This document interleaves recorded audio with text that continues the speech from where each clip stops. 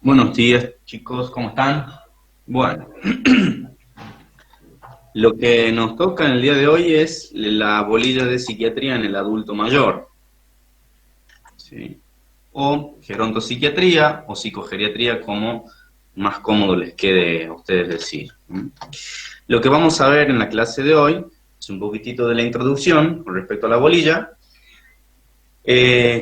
las cosas a tener en cuenta en una entrevista diagnóstica.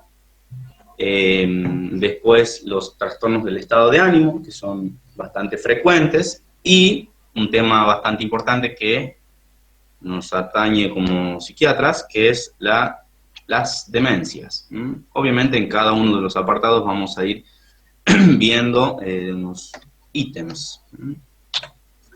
Bueno, en general, nosotros en el contexto en el cual estamos, podemos decir que hay un escenario en el cual se nos favorece el envejecimiento poblacional.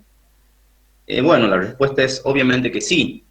Esto es gracias a todos los avances en cuestiones de salud, en ciencia, en estudios, que lo que hacen es aumentar la expectativa de vida de la población, ¿sí? Por eso es que las pirámides poblacionales, no sé si ustedes han visto alguna vez unos gráficos de las pirámides poblacionales, por ejemplo, de Argentina, que se les llama pirámides porque tienen obviamente su base más ancha que la punta o el vértice.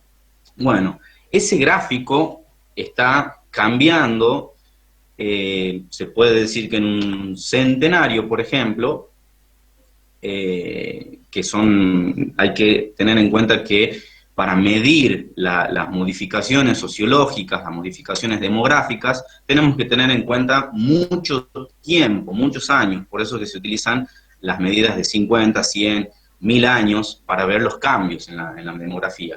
Bueno, esos cambios demográficos se ven reflejados en el gráfico de la pirámide. Por lo tanto, se aumenta la punta y se disminuye la base de la pirámide poblacional.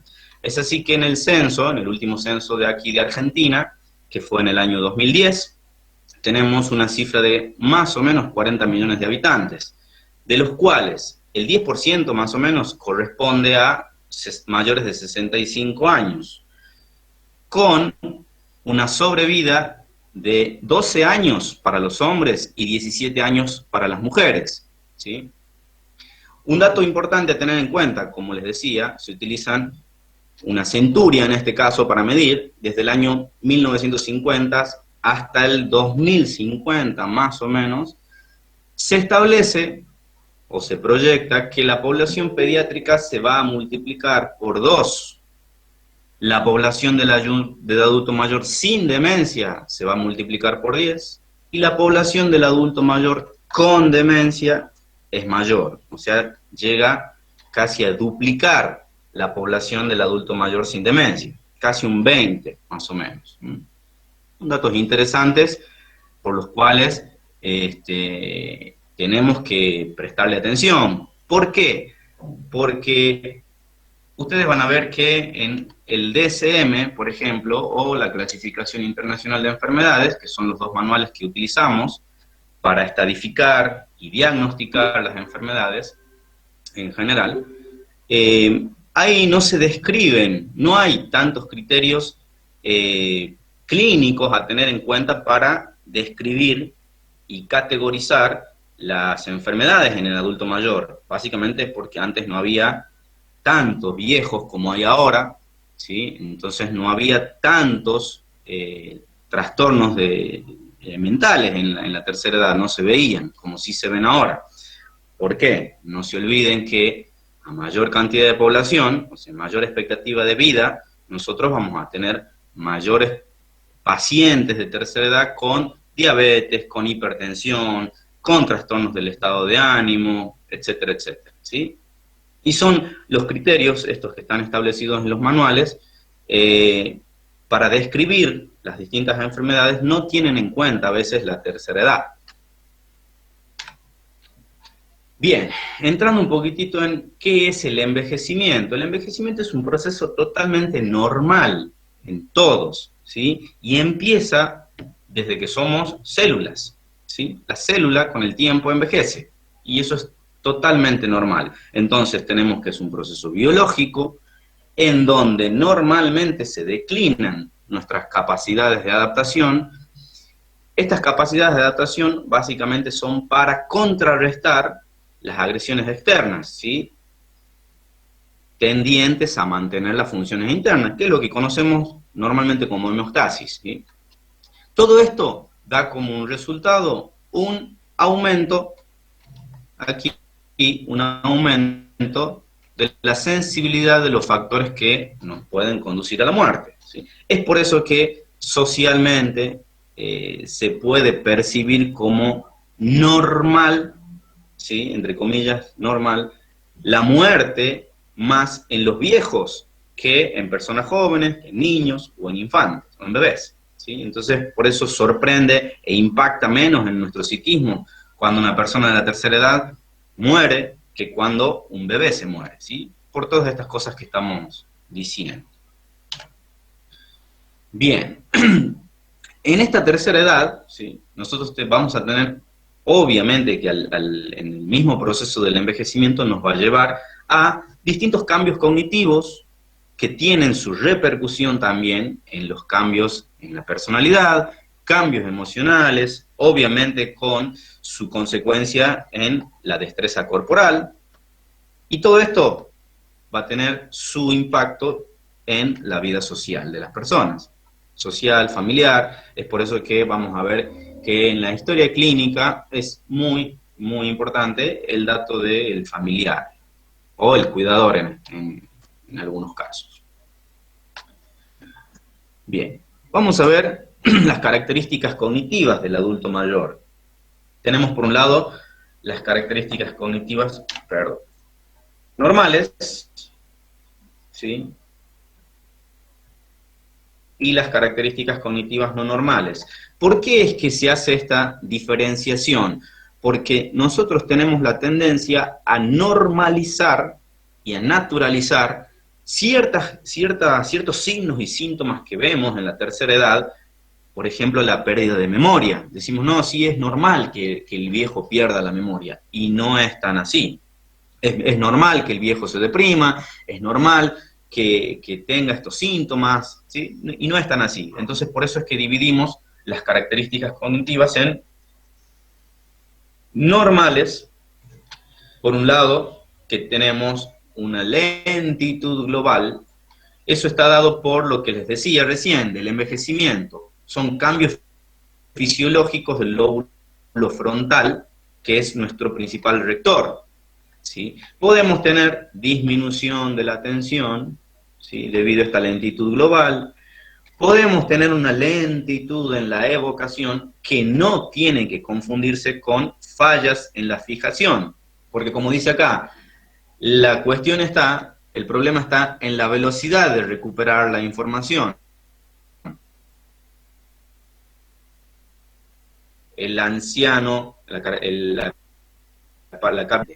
pero se puede ver enlentecido en su evocación. Por eso aquí es importante la velocidad de recupero. Puede haber una declinación de la working memory o memoria de trabajo. ¿Qué es la working memory? Es la capacidad para retener una información mientras se procesa y se manipula. Por ejemplo, cuando nos dan una receta de cocina y nosotros estamos cocinando mientras estamos leyendo, ¿sí? Eso es la working memory. Puede tener normalmente una mayor rigidez en el pensamiento, y eso lo vemos a diario. De ahí las famosas frases, las cosas antes eran mejor, que siempre todos lo tenemos, inclusive no hace falta ser adulto mayor para tener esta percepción. O por ahí con las redes sociales, ¿sí? Muchas veces las personas de la tercera edad les cuesta, pero no tanto por una dificultad en el aprendizaje, sino por la rigidez en su pensamiento, ¿sí? Y volvemos a lo mismo, una dificultad en evocación que tiene que ver con esto. Ahora, todas estas características, ¿sí? Como dice acá, no afectan ni la interacción ni la comunicación de la persona. Es decir, el anciano puede vivir normalmente con esto, sostener una vida social totalmente normal. ¿Sí? Ahora, vamos a ver ciertas características de este lado que son no normales o anormales. Hay un déficit de la memoria reciente, todo esto lo podemos evidenciar con test psicométricos, con escalas, con test, etcétera, etcétera. Aquí, como les decía, hay un déficit de la memoria reciente. La memoria reciente, no sé si ustedes han cursado neurología, los que no, hay un mini mental state en donde se evalúa dentro de las funciones psíquicas superiores la memoria objetivamente. ¿Cómo lo hacemos? Le pedimos al paciente que recuerde 3 palabritas. Por ejemplo, las estandarizadas son árbol, pelota y bandera. Nosotros tenemos que enfocarnos en que el paciente fije esas 3 palabras, ¿sí? No le puedo decir, a ver, dígame, le voy a decir 3 palabras y usted me va a repetir. Árbol, pelota, bandera. Si el paciente me dice que, no, yo ya le dije. No, eso no sirve. El paciente tiene que fijar, porque yo lo que quiero investigar es la memoria, la capacidad de evocación. Le nombro esas 3 palabras al paciente, al minuto controlo si el paciente las repite y a los 5 minutos vuelvo a controlar. Eso es memoria reciente y de esa forma la puedo investigar. ¿Sí?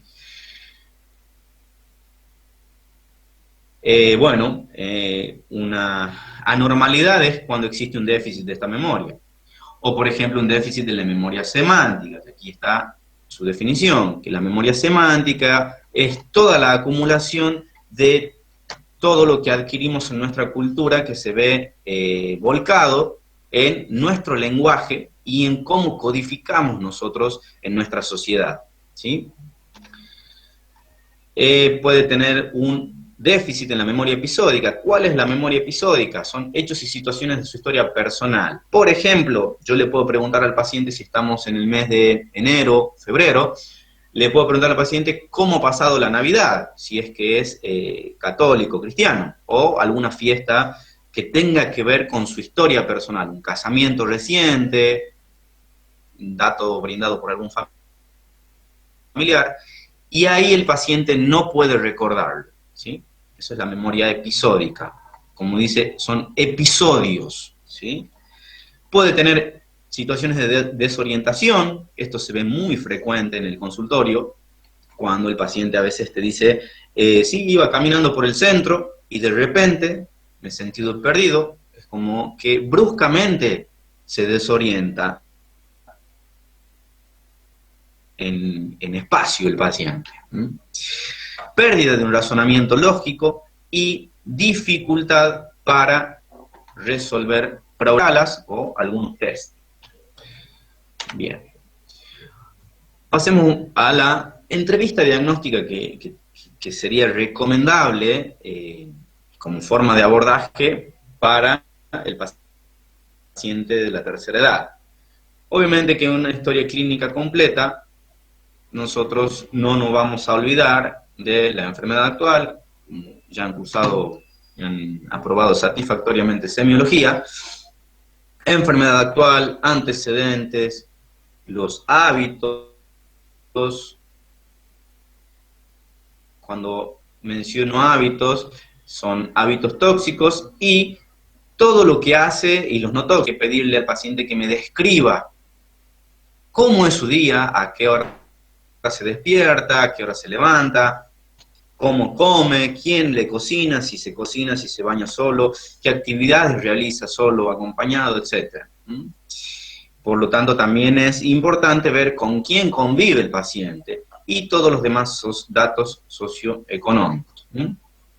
También, como les decía, vamos a aplicar distintas escalas de demencia o depresión geriátrica, sobre todo por lo que les decía que nosotros, inclusive los médicos, sin tener en cuenta esto de las características cognitivas, a veces normalizamos, y hay muchos colegas que utilizan esto de, es normal que el anciano pierda la memoria.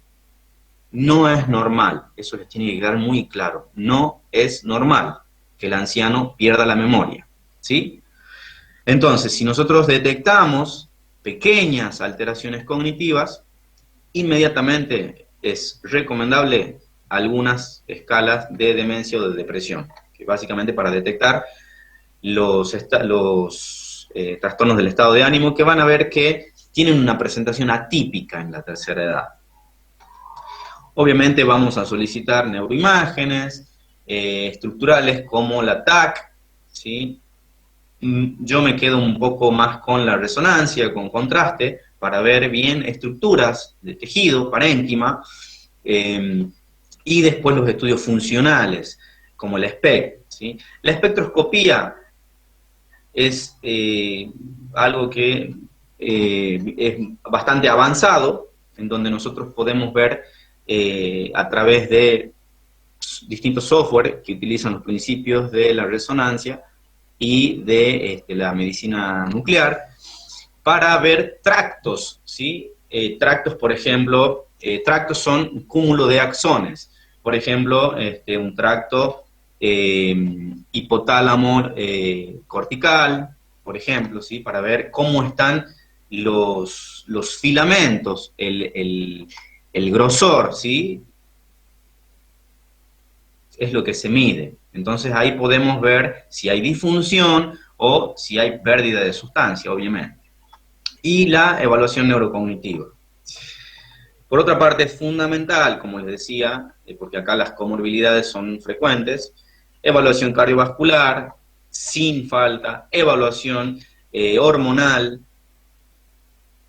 los analíticos, ¿sí? Análisis completo, epidemiograma, ionograma, como les decía, hormonas, lipidograma, orina, etcétera, etcétera. Eso más o menos nos da a nosotros una vista globalizada de la persona, ¿sí? Esta sería más o menos una historia clínica completa en la entrevista. Vamos con los trastornos del estado de ánimo. Los trastornos del estado de ánimo, como les decía, tienen en la tercera edad una presentación sumamente atípica. Son la minoría de los casos los que cumplen con los criterios diagnósticos de DSM y de CIE-10. Y principalmente podemos describir todos estos tipos de trastornos del estado de ánimo. La depresión mayor unipolar, la depresión reactiva. La depresión mayor se las diferencio, le pongo unipolar, porque después vamos a ver que hay una bipolaridad de inicio tardío. ¿Sí? Entonces, depresión mayor unipolar, la depresión reactiva, una reacción, nosotros podemos hacerlo, etcétera, etcétera. Depresión asociada a una enfermedad psiquiátrica como la demencia, como adicciones, por ejemplo, trastornos de ansiedad, depresiones asociadas a enfermedad médica, enfermedad cardiovascular principalmente, depresión vascular, que aquí hay una comorbilidad muy frecuente con la demencia, depresión inducida por sustancias, el alcoholismo principalmente, la depresión melancólica, ¿sí? Que esta es la que más riesgo suicida tiene, la depresión psicótica, obviamente, la depresión subsindrómica, esta es la más difícil de diagnosticar, nos comemos, porque el paciente básicamente refiere muchas veces solamente alteraciones en la conducta o dolores migrantes, ¿sí? Me duele el hombro, al otro día me duele la cabeza, al día siguiente me duele la rodilla, al otro día, así. Y a veces ese único síntoma, el dolor migrante o migratorio, es indicatorio de una depresión subsindrómica.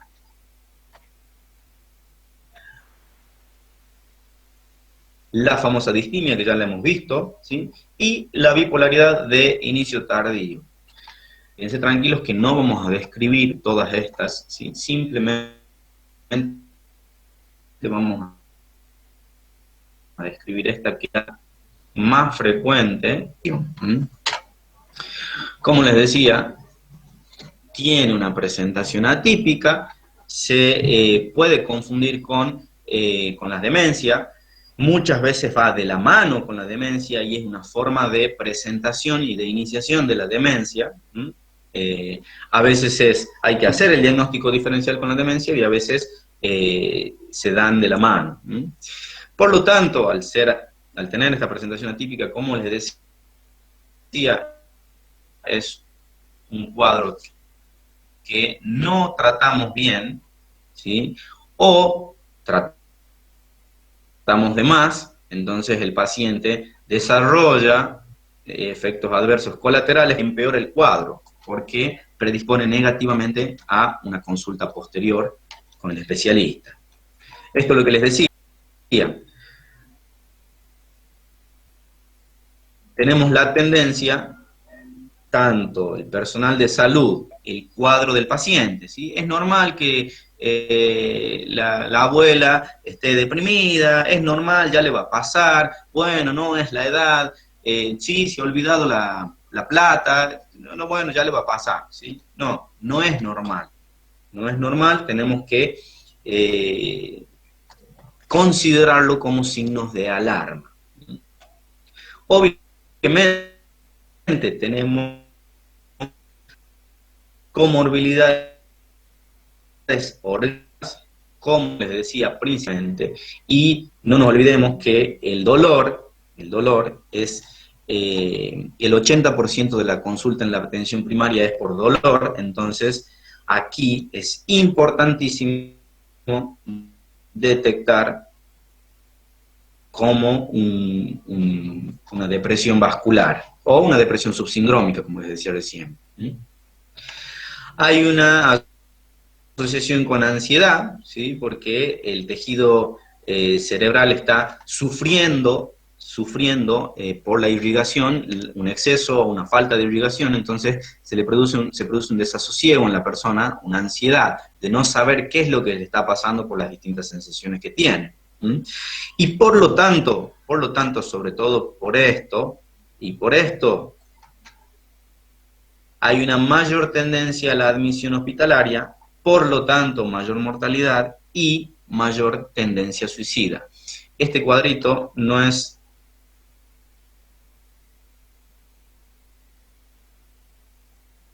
solamente de la depresión vascular, ¿sí? Este apartado es de todo el cuadro afectivo del adulto mayor. Para el paciente es un sufrimiento y este rango etario es uno de los que,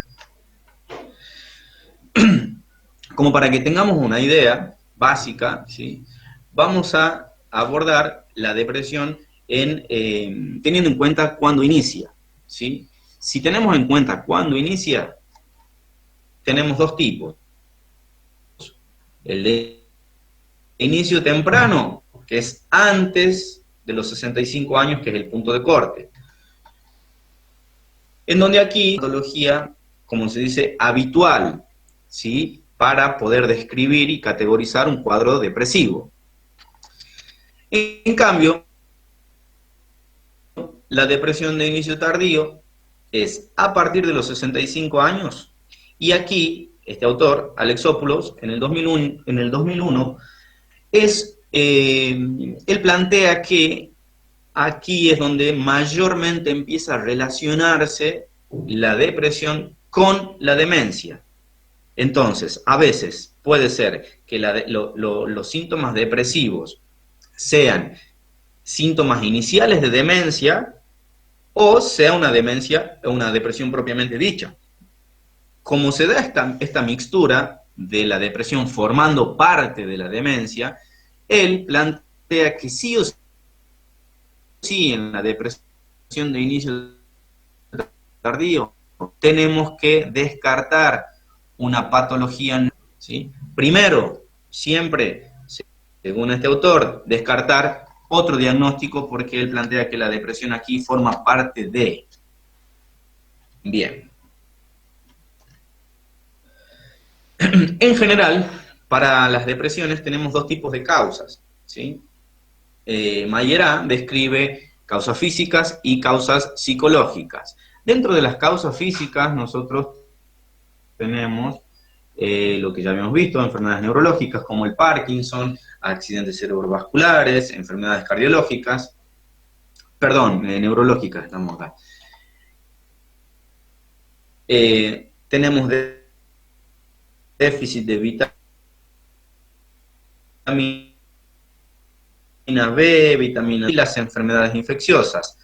Y dentro de las causas psicológicas, que son las principales, hay dificultad en aceptar el envejecimiento. Aquí hay lo que se llama un narcisismo patológico.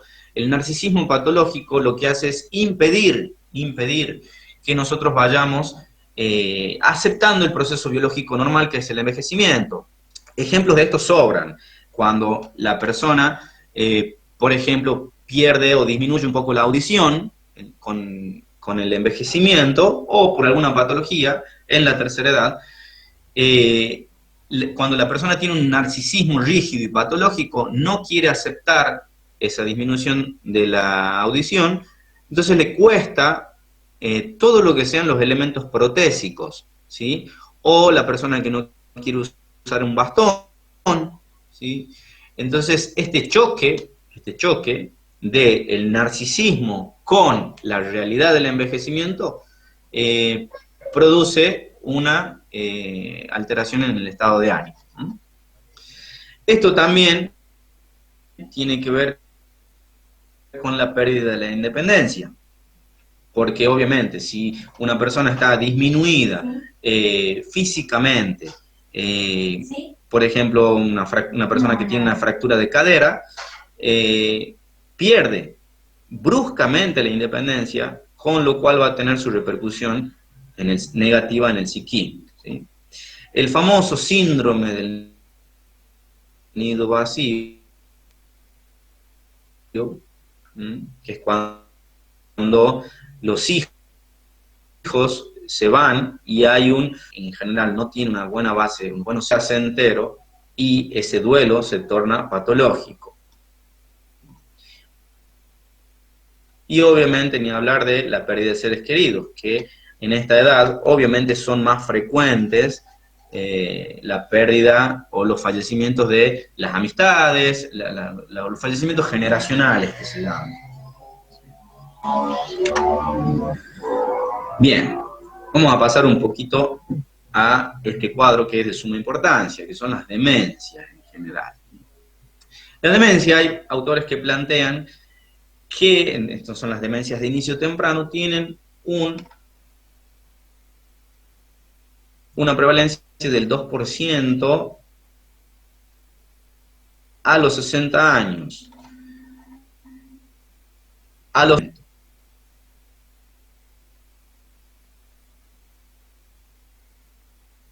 ¿Sí? Otra forma de medir, y otro autor, es este, que dice que en mayores de 65 años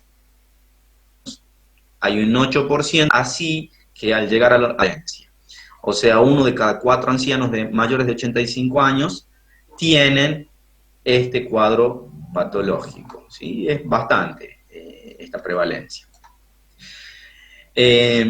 Bueno, hay datos que nos dicen que en la actualidad hay 60 con un cuadro demencial, y se estima que en el 2050, dentro de 30 años, vamos a tener demenciales. El problema de esto es que insume muchísimo gasto, como les decía, en los sistemas de salud, porque el anciano con demencia consume muchos recursos de salud. Y el problema de esto es que el 60% de estos casos, que son 66 millones,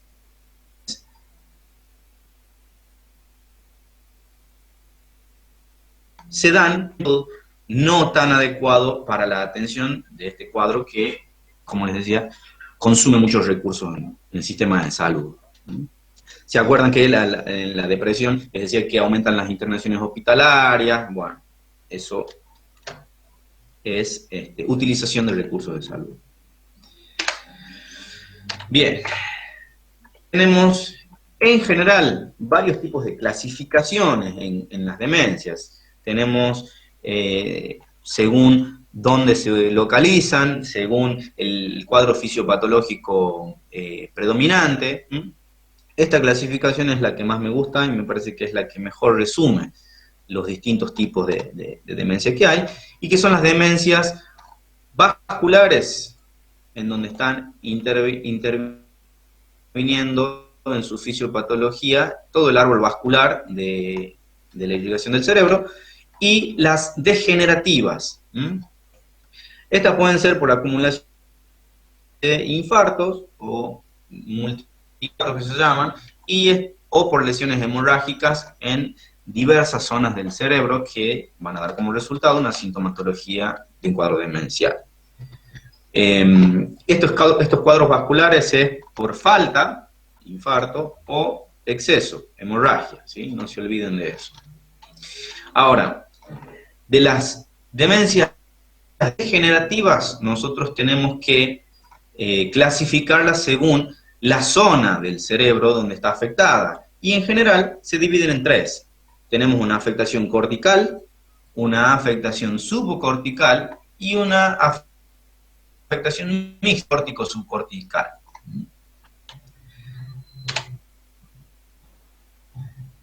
Dentro de las demencias corticales tenemos la más conocida, que es la demencia por enfermedad de Alzheimer. Después tenemos la demencia o enfermedad de Pick, que es la de frontotemporal. En cuanto al cuadro córtico-subcortical, tenemos la demencia por cuerpo de Lewy, la enfermedad de Alzheimer, con su demencia. No es sinónimo, como se piensa, de pérdida de memoria.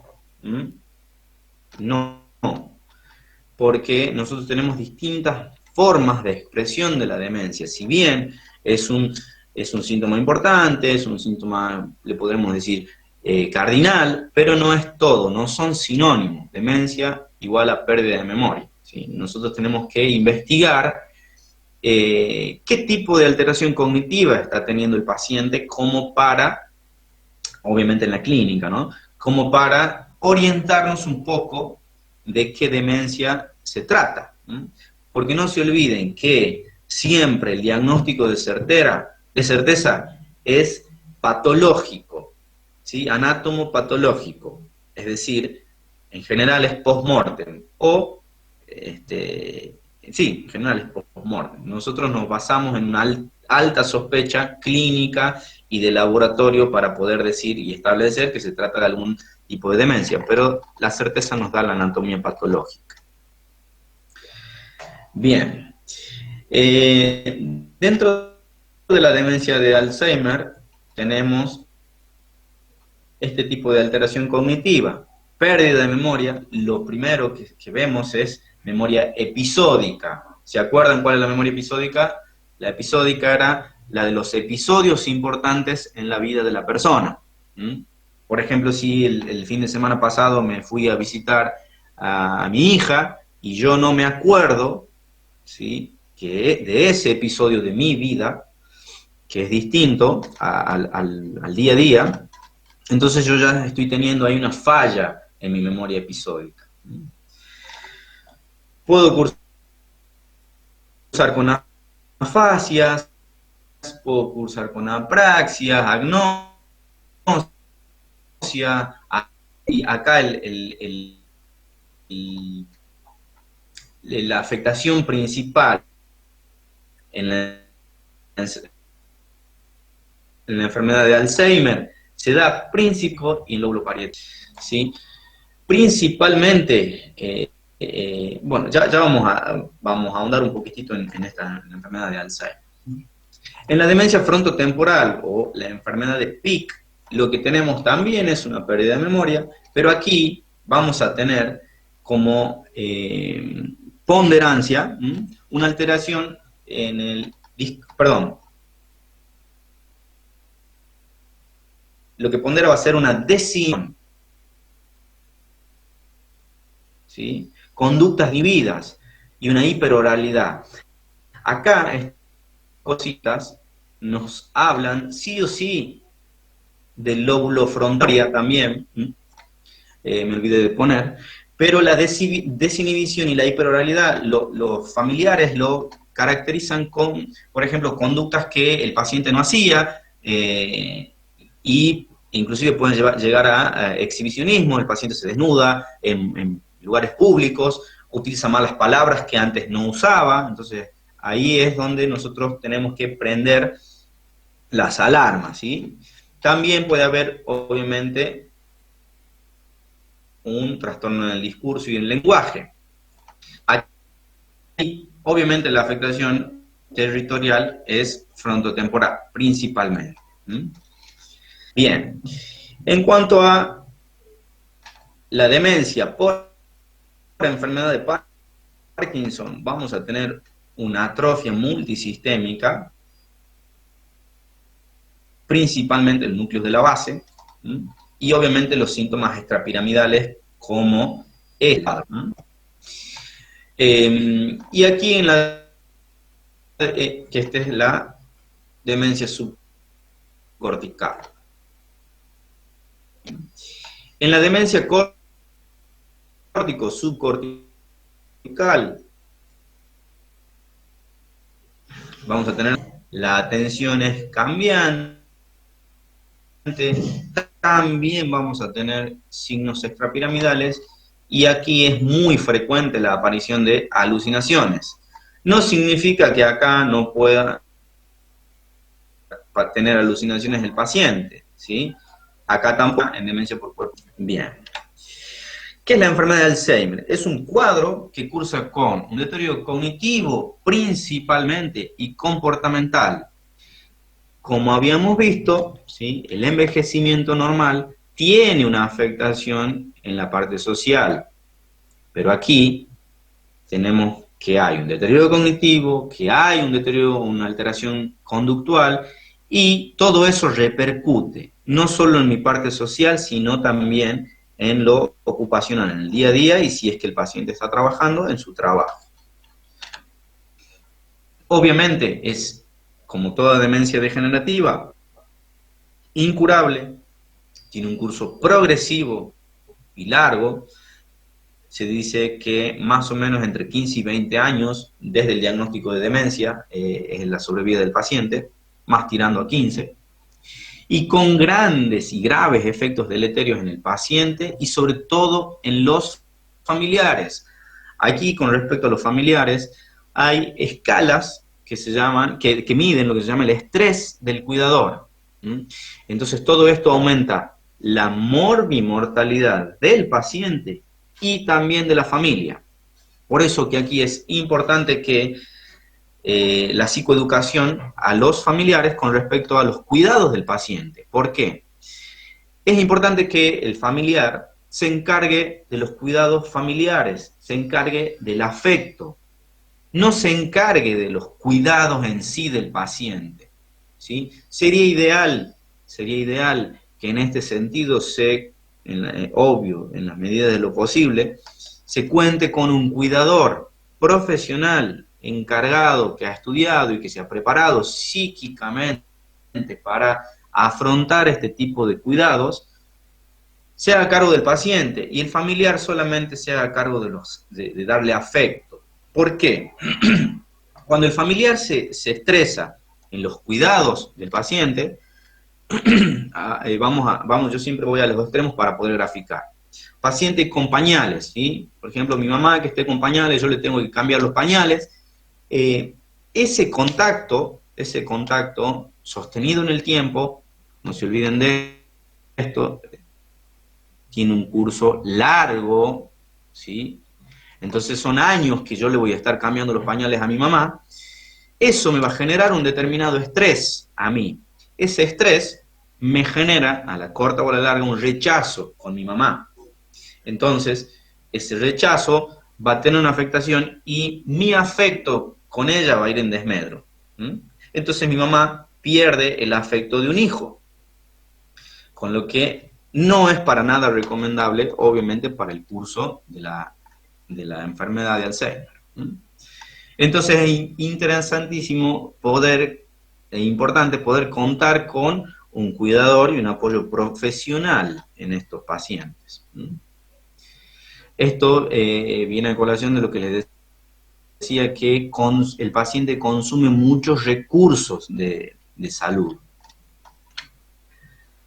Hay una hipótesis respecto a la fisiopatología, que ya la vamos a ver, la vamos a explicar con los gráficos, que es una cascada de un compuesto que es un beta-amiloide.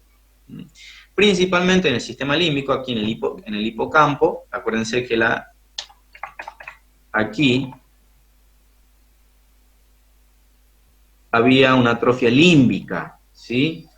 El sistema límbico engloba hipocampo y corteza entorrinal, no se olviden de eso. En el tratamiento sirve solamente para enlentecer el progreso, o demorar, como dice ahí, no lo detiene, porque, como dice aquí, no tiene cura, sí tiene tratamiento. Los tratamientos que se utilizan solamente apuntan a esto, a demorar el progreso. En esa demora del progreso, el paciente lo que gana es calidad de vida, que es lo que queremos. Sobre todo, autonomía e independencia. Bien. Esta es la hipótesis, como les decía aquí, de la cascada beta-amiloide. Hay una proteína, que es una proteína precursora del amiloide, que es esta, que está aquí en turquesa. Es una proteína transmembrana. Esa proteína transmembrana, en su metabolismo, en su catabolismo sería, es formadora de amiloide, principalmente A-beta, amiloide beta. Ahora, en su catabolismo interviene una enzima que se llama secretasa. A ver si... No. Bueno, esa enzima que se llama secretasa hay de dos tipos, secretasa alfa y secretasa beta. La secretasa beta corta por ahí, justo en la membrana, y la divide en dos a la proteína, 1 y 2. La secretasa beta produce el amiloide beta 40, 41, 42 y 43. ¿Sí? Aquí se suma una alteración en la información en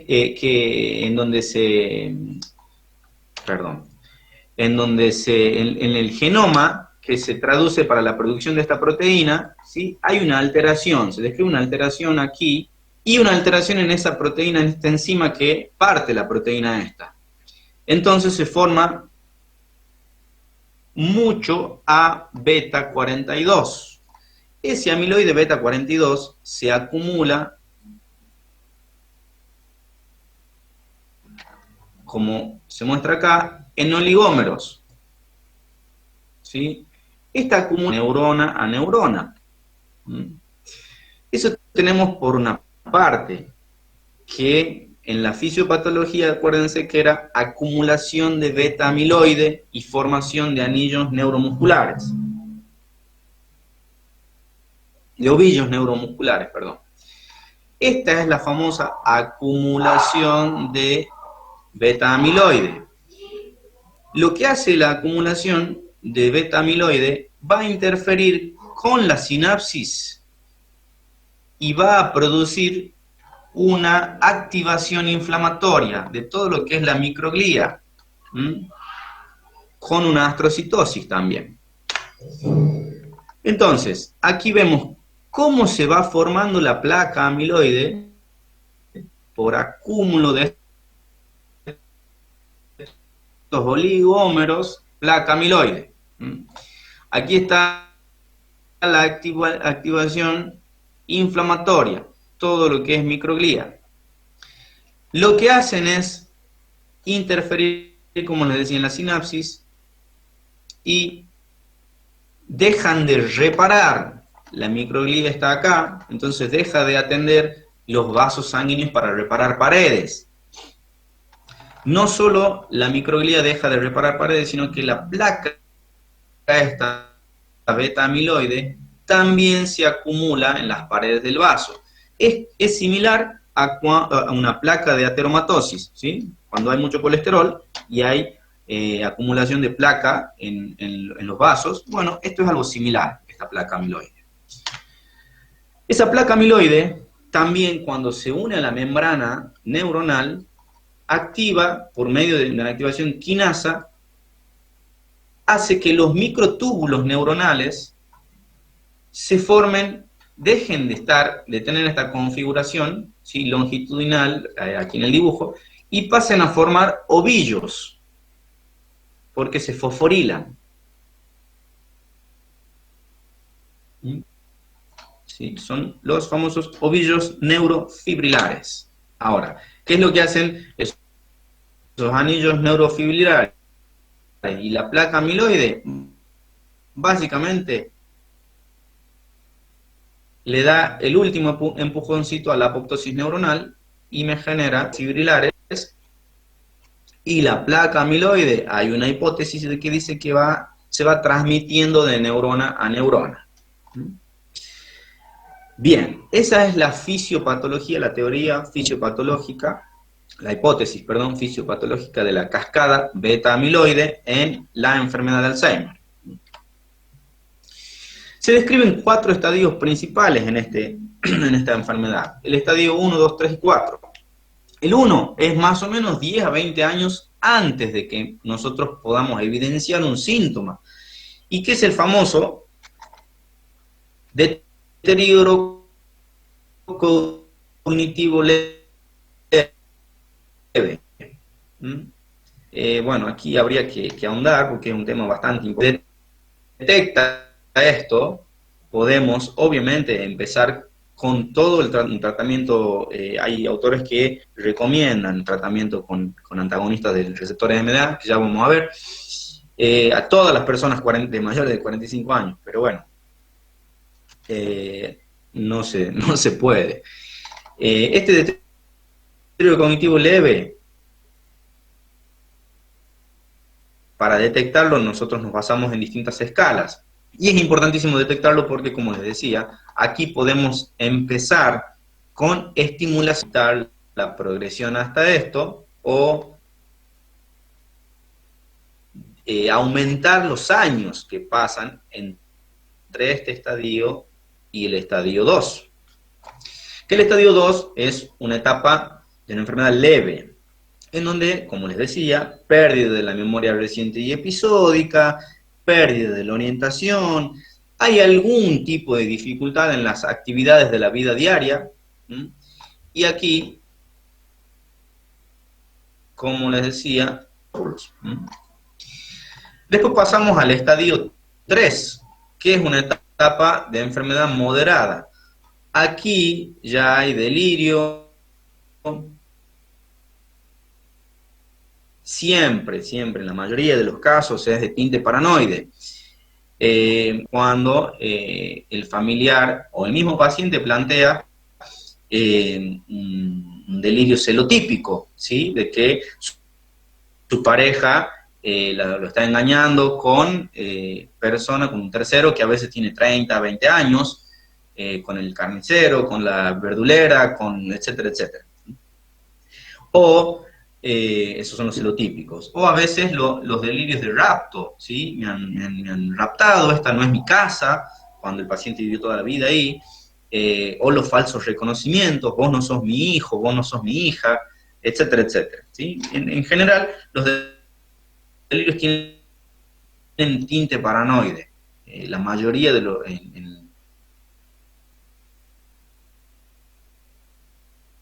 aquí en la tercera edad. ¿Sí? Sobre todo, algo también que es frecuente en la práctica, que los pacientes ven niños corriendo, niños que se sientan en la cama, personas que entran, y eso sumado con un delirio paranoico de robo, entonces mucho cuidado porque a veces puede confundirse dentro del delirio paranoide de me han robado plata con una realidad, ¿sí? A veces hay que tener mucha finura para poder segregar, es decir, realmente le han robado plata, o los familiares, o un cuidador, o es un delirio realmente. Acá también ya aparecen las alteraciones conductuales, está afectado su ciclo sueño-vigilia, porque se modifica la arquitectura del sueño, y también porque pueden existir problemas hormonales. Entonces el paciente no duerme nada, sobre todo también aquí en el cuadro demencial, en los horarios vespertinos, empieza la activación de la sintomatología. Por eso también el ciclo sueño-vigilia se ve afectado. Y ya a la pérdida esta de la memoria, la vemos un poco más agravada. Ya aparece afasia, apraxia, agnosia. Y luego tenemos el último estadio, que es el estadio 4, que es una etapa avanzada, postrado, con la mirada perdida, y esa misma postración le da predispone a la formación de escaras por decúbito, y hay, esto es muy importante, una apraxia masticatoria.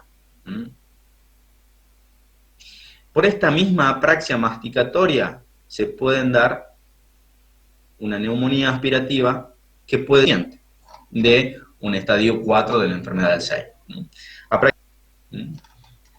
Así como se va olvidando cómo prenderse la camisa, cómo lavarse los dientes, cómo atarse las trenzas, etcétera, etcétera, el paciente se olvida. Es un aprendizaje, se olvida de cómo tiene que masticar y tragar.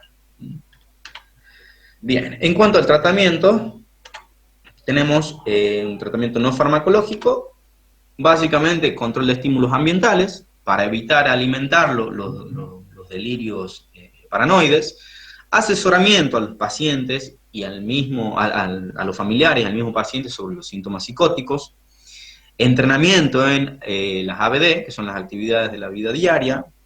Aquí es importante la figura de un terapista ocupacional, para que pueda explotar y estimular al paciente en incorporación y reincorporación de actividades de la vida diaria que estén con déficit o que ya han sido perdidas. Y el tratamiento farmacológico consiste básicamente en dos grupos: inhibidores de la colinesterasa, acuérdense de la enzima que les había dicho yo, la secretasa, que es la que divide la proteína que forma el amiloide, esa proteína transmembrana. Estos fármacos, como el donepezil y la ribastigmina, inhiben esta enzima, la colinesterasa. Y después tenemos los antagonistas parciales del N-metil de aspartato, como la memantina, porque hay una hipótesis de que el N-metil de aspartato está involucrado en la incorporación de la neurona de un exceso de calcio. Entonces, este fármaco, la memantina, lo que va a hacer es disminuir o inhibir esa entrada de calcio mucho menos. ¿Sí? Bueno. Como para terminar, vamos a hacer un pequeño resumen de lo que vamos viendo con los puntos más importantes. ¿Sí? El aumento de la expectativa de vida conlleva no solo al envejecimiento poblacional, sino también a consideraciones nuevas respecto a los criterios diagnósticos. El envejecimiento es normal, no podemos detenerlo, pero sí prevenir o disminuir las morbilidades en la vida adulta. Mejorar la alimentación, mejorar nuestros hábitos, mejorar las horas de sueño, actividad física, evitar situaciones estresógenas, etcétera, etcétera. No debemos naturalizar los síntomas de los ancianos, ni los síntomas ni los signos. Los trastornos afectivos suelen tener una presentación atípica. La demencia más frecuente es la enfermedad de Alzheimer. Aquí en este sentido, más o menos, hay autores que plantean desde un 30 a un 50% de los cuadros demenciales son enfermedad de Alzheimer. Por eso es que eso me había olvidado de comentarles, ¿sí? La fisiopatología de la misma es por acúmulos de beta-amiloide y formación de anillos neurofibrilares, que habíamos visto, y su tratamiento es farmacológico. Su tratamiento farmacológico es con inhibidores de la colinesterasa, como el donepezilo y la ribastigmina, y o, porque hay también asociaciones, de antagonistas NMDA, como la memantina. Muy bien, eso es todo. Si tienen alguna pregunta, me van diciendo, por favor. Doctor, buenas tardes. Sí. Tengo una consulta. ¿Cuáles son los Buenas principales tardes. factores de riesgo para la demencia? Factores de riesgo. Tenemos por un lado la agregación familiar, ¿sí?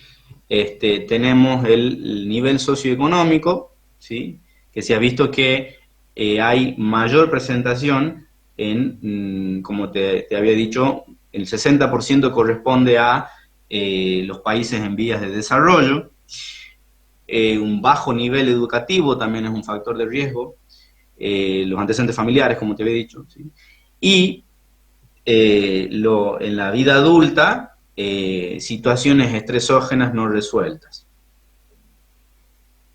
Pero principalmente son estos que te he nombrado, los anteriores. Gracias.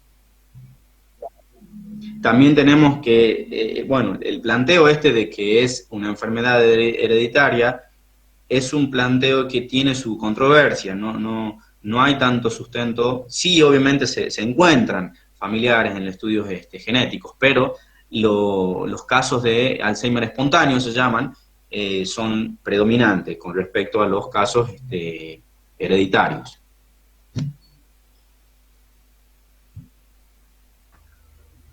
Bien. Bueno. Doctor, Yo otra voy pregunta. a... Sí, El sí. consumo de sustancias, drogas, alcohol, ¿puede desencadenar una demencia también? No, desencadenarte una demencia no, ¿sí? Ahora, si vos tenés un consumo de drogas que te afectan en el lóbulo frontal, como por ejemplo la cocaína, vas a tener una gran predisposición a sintomatología demencial, sobre todo una demencia frontotemporal. Pero no es que te van a desencadenar una demencia.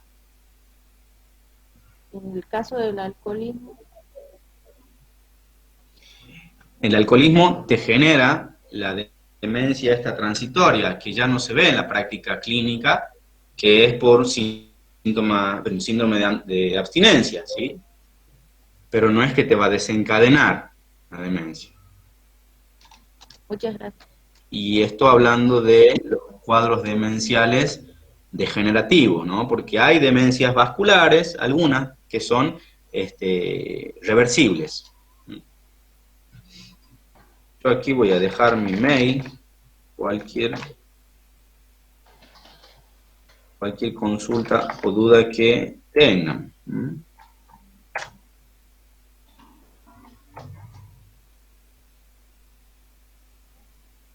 Bueno, si no hay otra duda, damos por finalizada la clase.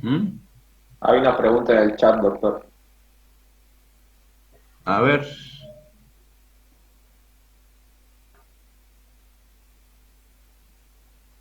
El psiquiatra también se debería ocupar del cuidador en el caso de que sea un familiar y esté sobrecargado. Y mirá, hay escuelas de psicoterapia que no recomiendan atender al familiar. Hay otras escuelas que sí. Eso lo elige tanto el terapeuta como la conveniencia del familiar. En mi caso, yo sí atiendo pacientes con demencia y familiares que están encargados de los cuidados.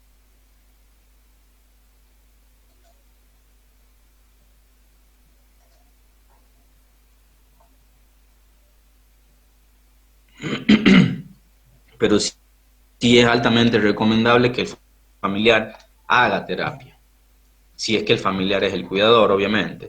Y no le viene mal también al paciente, al familiar que no es cuidador y que tiene en su casa un familiar con diagnóstico de demencia, porque hay que ayudar que la persona conozca, hay que ayudar que la persona acepte este cuadro, que es, como les decía, sumamente invalidante con el correr de los años y no tiene cura, es una enfermedad, se le puede llamar terminal.